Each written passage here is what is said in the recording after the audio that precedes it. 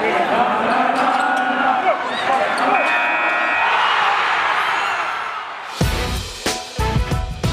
the Locked On Podcast Network, your team every day. You are Locked On Cowboys, your daily Dallas Cowboys podcast. Part of the Locked On Podcast Network, your team every day. Locked on Cowboys.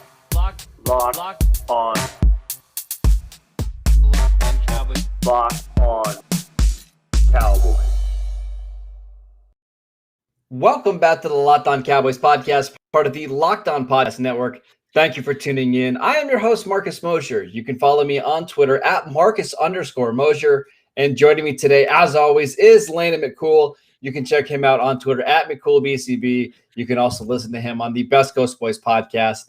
Landon, how you doing today, sir? Just another Wednesday. We're just trying to count down the days to the draft, trying to grind away on some tape on some of these guys to kind of get a feel for who the Cowboys could be picking. So, just counting down days at this point. And unfortunately, we still have another 2.5 weeks. Or yeah, a week, 2 weeks. 2 weeks. Yeah, 2 weeks. So yeah, still a little ways to go. I'm in catch up mode right now. I'm watching all these day 2 and day 3 prospects, and anybody that I see linked to Dallas in a mock draft, I'm quickly trying to pull up the film, because the worst thing in the world, Landon, is we get to the draft and the Cowboys pick somebody who you haven't seen yet. Oh, yeah. And it's it's the worst stress that you'll ever have. So today we are actually going to talk about some round 1 players that the Cowboys could potentially be interested in, or at least we think round 1 players. We're actually going to talk about 3 linebackers specifically. I want to start with Micah Parsons. He's actually a player that we haven't talked about a lot yet in this podcast, Landon. He is somebody who, if you look at big boards, around Twitter and, through the media, a lot of times you'll see Micah Parsons as a top 10, top 12 player, and even sometimes the highest rated defensive player. What about his fit for the Cowboys at number 10? What did you see from Parsons on tape?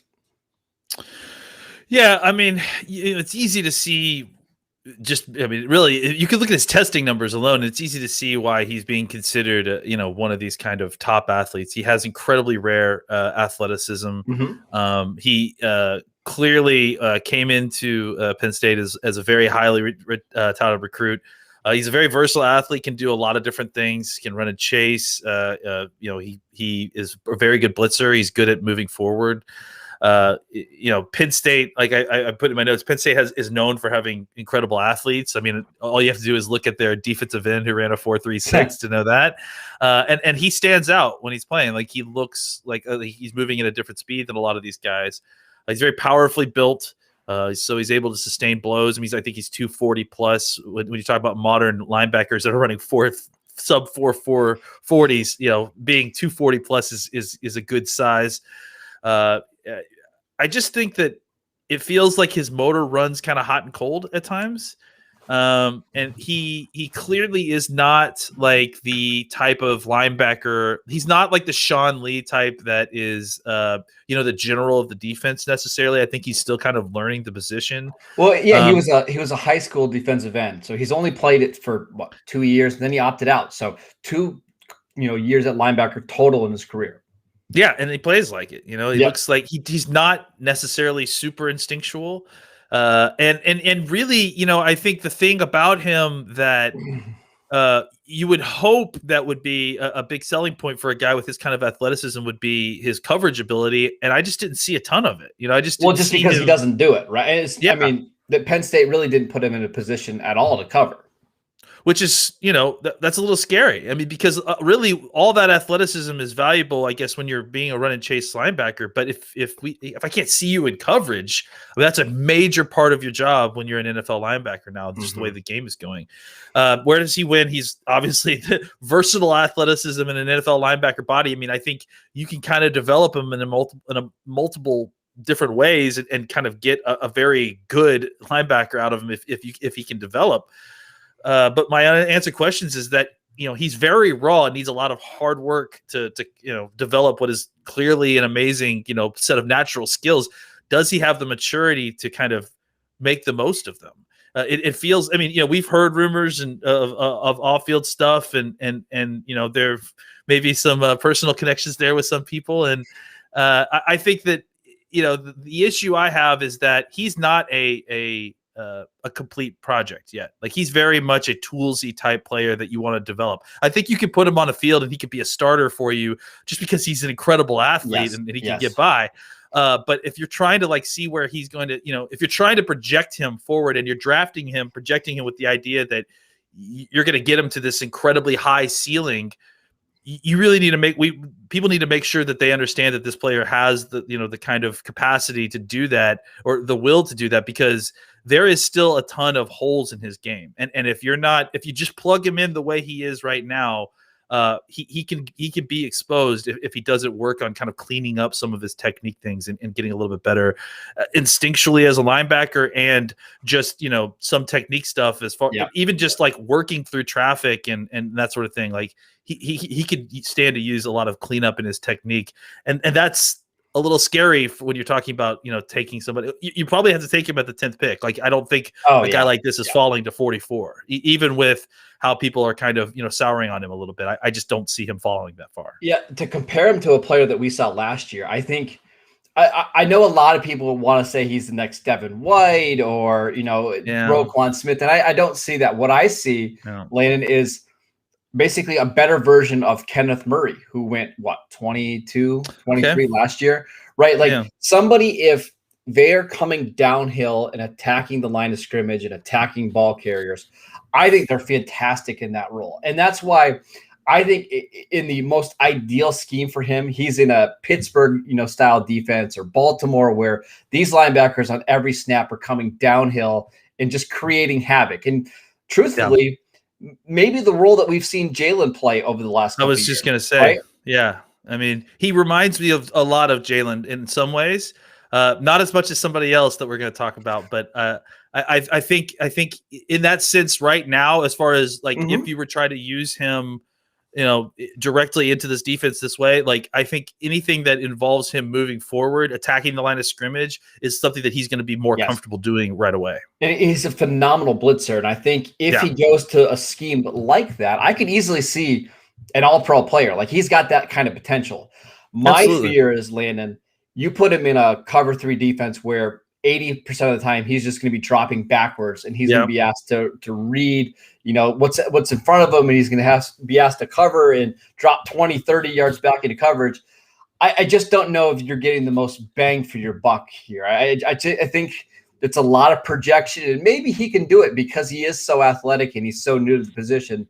It just feels like a reach at 10, and even at 15, 16, 17, I feel like that's a little bit rich as well. So ultimately, where did you kind of land on Michael Parsons as a player? Where would you grade him in this draft? Yeah, I don't usually slot guys by round so much. I'll do a horizontal chart and basically put them where I would feel comfortable based on where my notes are. But just looking at my notes, I mean, these are similar to what I would see with other kind of mid first round, late first round type players. I mean, he has holes to his game. That's why he's not, in my opinion, a top 10 linebacker. But his upside is, immense. I think there are lots of scouts and teams that put a volatility rating on their scouting reports. If I were to put a volatility rating on this guy, it would be very high, because I think his floor could be out of the league in 2 years. His ceiling could be the best defensive player in football in 2 years. I mean, I think it's seriously anywhere in between there. Yeah, I agree. He's a really fascinating prospect. Do you think he's somebody the Cowboys will have interest in? Not at 10. I can't imagine. I mean, I at least I hope. I mean, if they take him at 10, we're going to need to hear a lot of explanation as to what exactly the plan is for him, because I think if you're drafting a guy, if you're drafting this guy in the first round, no matter who you are or what pick it is, I would love to hear exactly what your plan is for him, because I think that's really going to dictate exactly what his success rate is going to be in his rookie year. All right, let's take a break so I can tell you guys about Bet Online, the fastest and easiest way to bet on all your sports action. Right before we jumped on the show, Landon, I actually went and placed a bet on Bet Online. Matt Stafford, 14-1 to win MVP this year. Those odds are all available on Bet Online. Football might be over, but we do have college. We have NBA, we've got MLB, we've got NHL, And NFL draft bets are available now as well. BetOnline even covers awards, TV shows, and reality TV with real-time updated odds and props on almost anything you can imagine. BetOnline has you covered for all the news, scores, and odds. It's the best way to place your bets, and it's free to sign up. Head to the website or use your mobile device to sign up today and receive your 50% welcome bonus on your first deposit. Just make sure you use that promo code LOCKEDON. BetOnline, your online sportsbook experts. I'm gonna have to make sure my wife does some betting on Real Housewives of Atlanta. If that's a category, there you go. I'm gonna make some money. Absolutely, there you go. Let's do it. I want to talk about another linebacker, and this one is very different than Micah Parsons, and that's Xavier Collins from Tulsa. It's somebody who we've actually been talking about since about December, Landon. Yeah. We actually know for certain the Cowboys have a first-round grade on Xavier Collins, which that's interesting because typically we don't know where these guys are, slotted and ranked before the draft. But Dallas does before the draft. We don't know. Yes. After we typically do. After the draft, we usually find out. Yeah. I'm going to ask you: do you have a first-round grade on Xavier Collins, and what did you see from the tape? Yeah, I love Xavier Collins. I mean, I think he's my number one linebacker that I've seen. So far this there year. You go. Just because I'm not exactly considering JOK to be a full linebacker. I think he's more of a kind of a defensive weapon safety. The key on a Nia role. So Xavier Collins to me, just a couple. Obviously, we've heard the numbers on what the size is on this guy. He's 6'0", 259.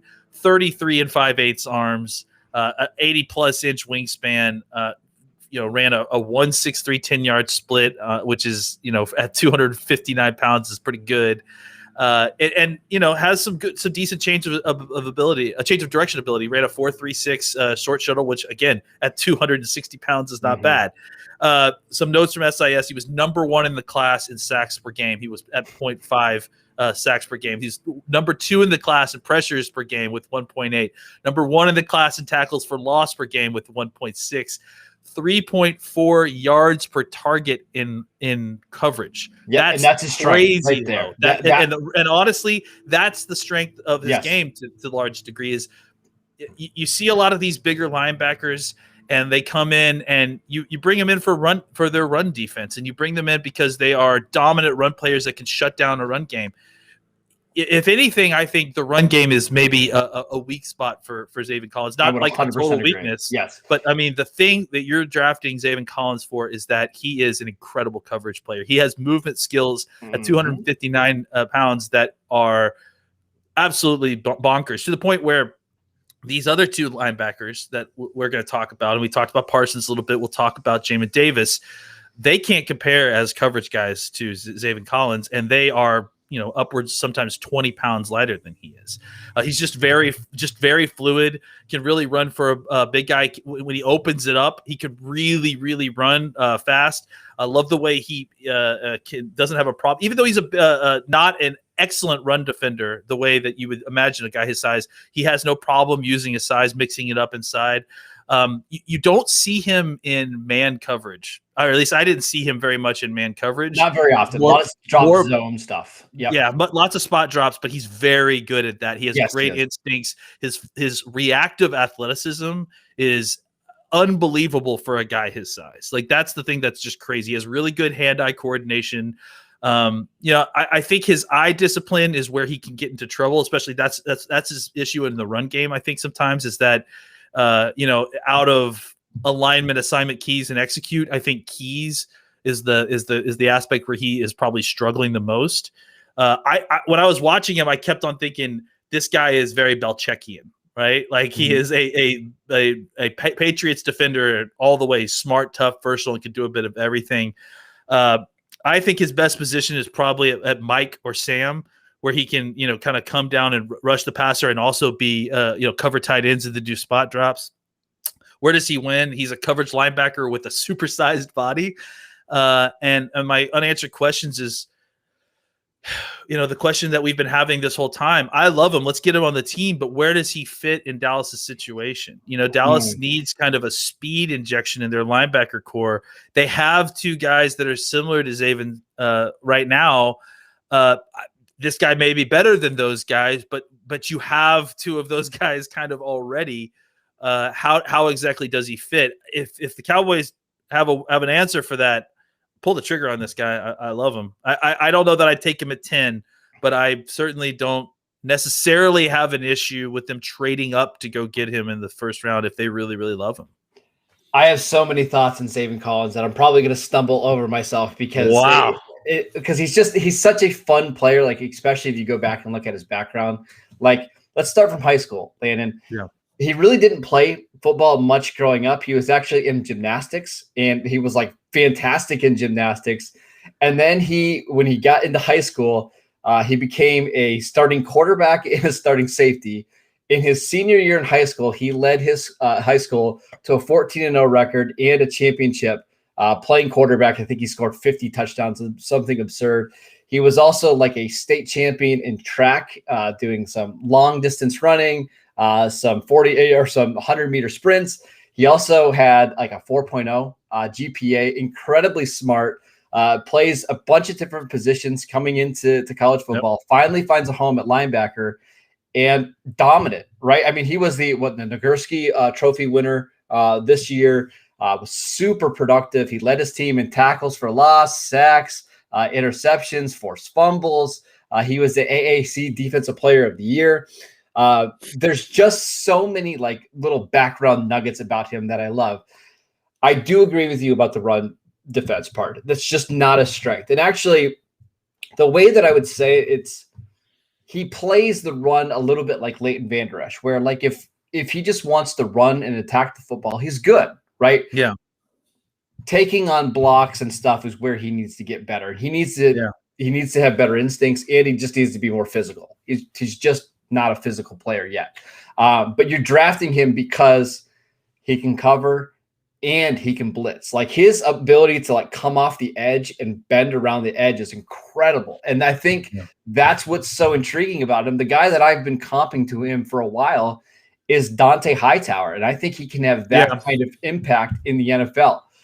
Do you pick that player at 10? I don't think so. But if he gets outside the top 20s, when I'm starting to call about Xavier Collins, because I think he's a pretty special player. Where does he fit in this defense, though? Is he a weak side linebacker? Is he a middle linebacker? Or is he just a positionless player? I mean, I have to think that you play him like at Sam or Mike, on early downs, and then he's like he could do a lot of different things for you. He could be a defensive pass rusher for you, a DPR. Absolutely. Yeah. He could play on the edge. So I think you could use him for a lot of different roles as needed. I just think that with the Cowboys' current linebacker situation, you need to have a very well-defined role for him if you're going to go in and draft, especially if you're going to trade up to draft him, right? So my question to you is, we've heard some rumors that Dan Quinn likes the idea of potentially playing Leighton Vander Esch and Xavier Collins together, basically having two 260-pound linebackers. Yeah. Can you do that in today's NFL?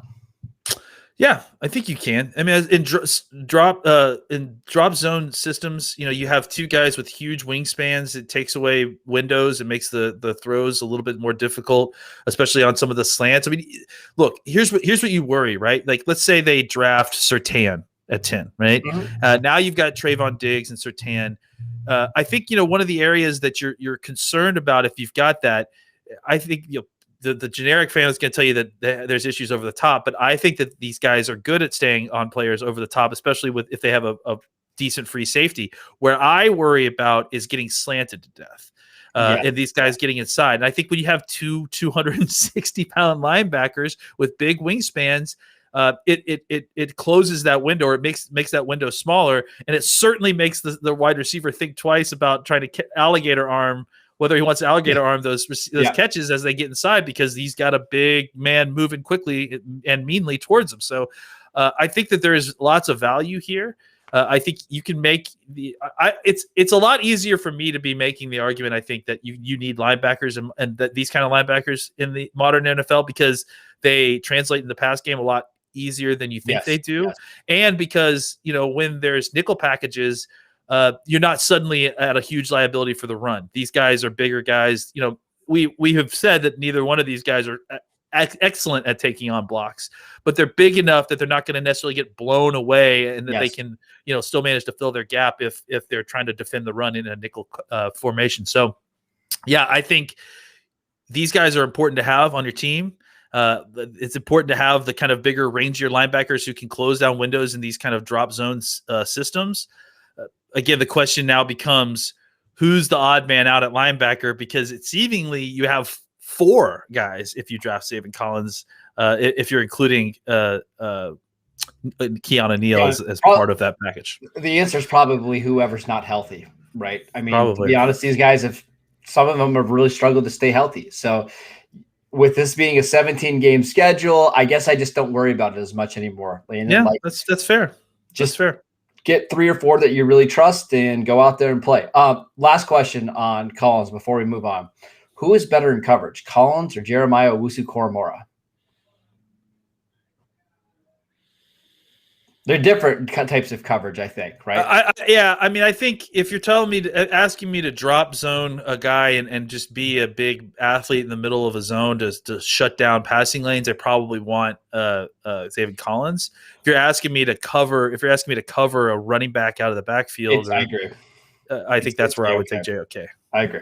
Let's take one more quick break so I can tell you guys about Built Bar, the best tasting protein bar right now on the market. It's hard to even explain it. It's real chocolate with amazing flavors and a great combination of low calories, high protein, and low sugar with no crazy additives. Best of all, they taste absolutely fantastic. Go to BuiltBar.com and use promo code LOCKEDON and you'll get 15% off your first box. Again, that is BuiltBar.com. All right, Landon, let's talk about one more linebacker, guy that's really kind of risen up the draft boards quite a bit over the last month, and that is Jamin Davis from Kentucky, tested as an absolutely insane athlete at his pro day, 6'3.5", 234 pounds, ran a 4.47, had a 42-inch vertical and 11-foot broad jump. Just a fantastic athlete. Does the tape match the athleticism? The tape's good. I really like this kid a lot. You mentioned some of the athleticism. He's like 6'3 plus 234, 33-inch arms, 4.47, like you mentioned, a 1.53 10-yard split. That's really, really good with an 11-foot broad jump and 42-inch vertical. So what that tells me, and what his game confirms, he is very explosive. Like once he sees it, he goes and he bursts out of his stance really quickly. He's got good height. He's got long arms, a little bit light in the upper body. He's a little bit slight up top. He's good mover, has multiple gears to get the job done, including opening it up and running close to stride for Kyle Pitts. I don't know if we saw that kind of where he looked awkward, but he was there stride for stride with Kyle Pitts all the way up on that over route versus Florida. This could be a coaching technique thing. I don't really know with Kentucky, but it does appear like there's a lot more block evasion than there is stack and shed. He does seem to kind of dip around, and he's good at it. He doesn't really have a problem with it. But that is kind of the methodology he's using to get clean, which is actually what we had a similar conversation, if you remember, about Leighton Vander Esch, and it turned out that Vander Esch had a similar kind of, that was what he was taught. So, but again, like Vander Esch has struggled to kind of do that in the pros. So that is something to keep in mind. It may not be something to hold against him, but at the same time, if he hasn't been taught it, that's something that he still needs to learn in the NFL. I think the issue I had with him is with misdirection and keeping contained. I think he combats his agility woes with patient eyes. I think the way he plays the game is similar to Jalen in a lot of ways, because both of these guys, and I don't know if you noticed this, both of these guys struggle to change direction. Yeah. The athleticism that he has does not translate to his change of direction skills, in my opinion. Like he has kind of a little bit of a hitch when he's trying to, move from one way to the other. So what you see him doing to combat that is he slow plays everything. He doesn't, he makes sure that he really reads his cues fully before he pulls the trigger. And then once he pulls the trigger, he's gone. He's not changing direction again. Like he'll get caught up in the wash. If a running back cuts it back, he'll probably be able to get back on the outside of him. So that's something to keep in mind, is that I think he's good and that also translates to his coverage ability, right? I think he's good in drop zone areas where he's able to have some reactive athleticism. He's allowed to let his eyes kind of dissect what's happening in front of them and then boom, fire off to where the ball carrier is or where he needs to go to react to the ball. But I think if you're asking him to play a bunch of man coverage where he's having to have loose hips, especially against someone that isn't a tight end, I don't know that that's going to be his best strength. I put down, where does he win? His straight line explosion. I mean, I think as a run and chase linebacker, if he's kept clean, he is going to have a ton of tackles. I think he is a guy that can be a really good blitzer too, because of that kind of explosiveness in one direction. But I think a lot of the same things that we see people complain about with Jalen Smith are some of the issues that this guy is going to run into as well, where if he's asked to be in man coverage on an island, he's going to struggle. If he's asked to quickly read cues and then react to misdirection, I don't think he can do that as well. So I think that's where he's at. I think he is a first round linebacker. I think just that athleticism and that ability to kind of, it's rare. It's rare. And the other thing too is that he's very young at the position. He hasn't started a ton of games.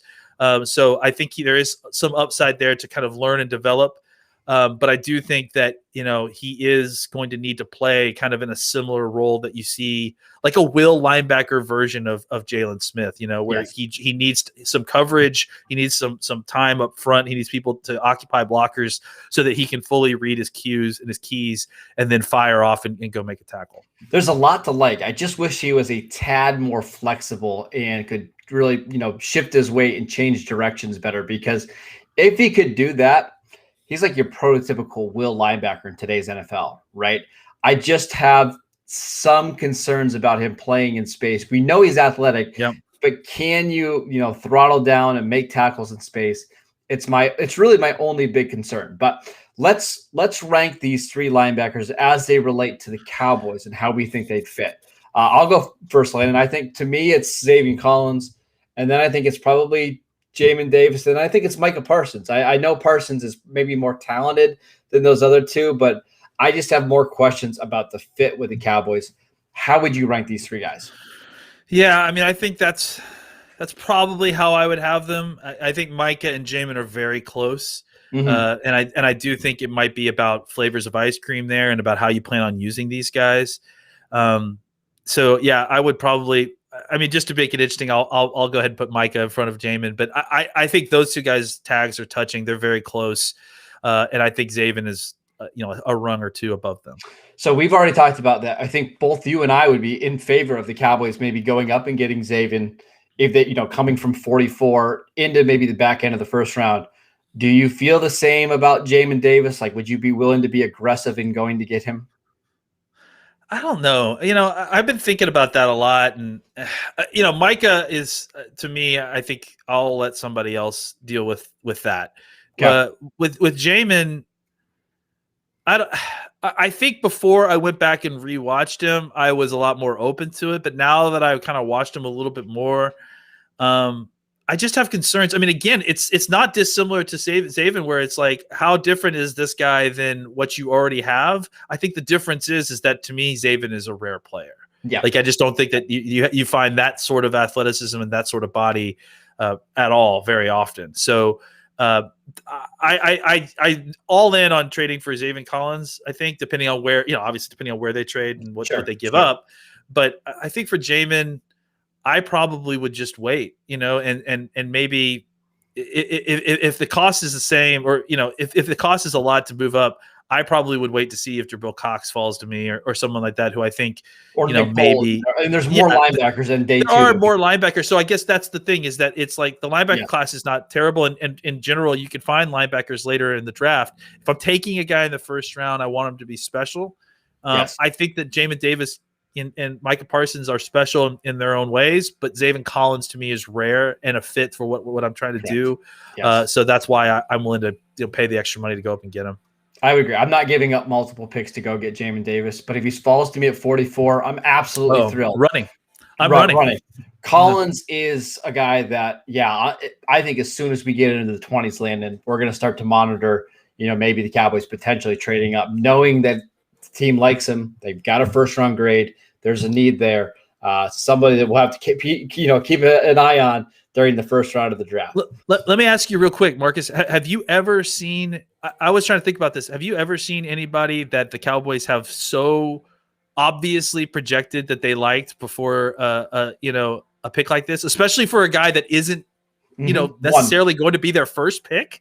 I don't know about not first pick, but I mean, the only guy that comes to mind is Leighton Vander Esch, right? Like it seemed like at this point in the 2018 draft, we kind of knew like if they started talking about it. Yeah, if Vander Esch was there, that's the pick, right? It almost doesn't matter who else is there. That's the only one that I can really think of right now, but it's very interesting. Maybe it's still rare. Yeah. Maybe a sleeper candidate for the Cowboys at number 10. I don't think it's going to happen. I'm just putting it out there. It's a little rich. It's certainly a little rich. That is it for today's show. Thank you guys for tuning in. As always, you can download and subscribe to the podcast on Apple Podcasts, Spotify, or wherever you get your podcasts. You can follow the show on Twitter at Locked On Cowboys. Please subscribe to us on YouTube. We're trying to build that channel. If you want a chance to win a free Cowboys jersey of their top pick in this draft, send us a screenshot of you subscribing to the channel, and you will be entered into a contest to win that free jersey. You can follow Landon on Twitter at McCoolBCB. I'm at Marcus_Mosher, and we will see you next time.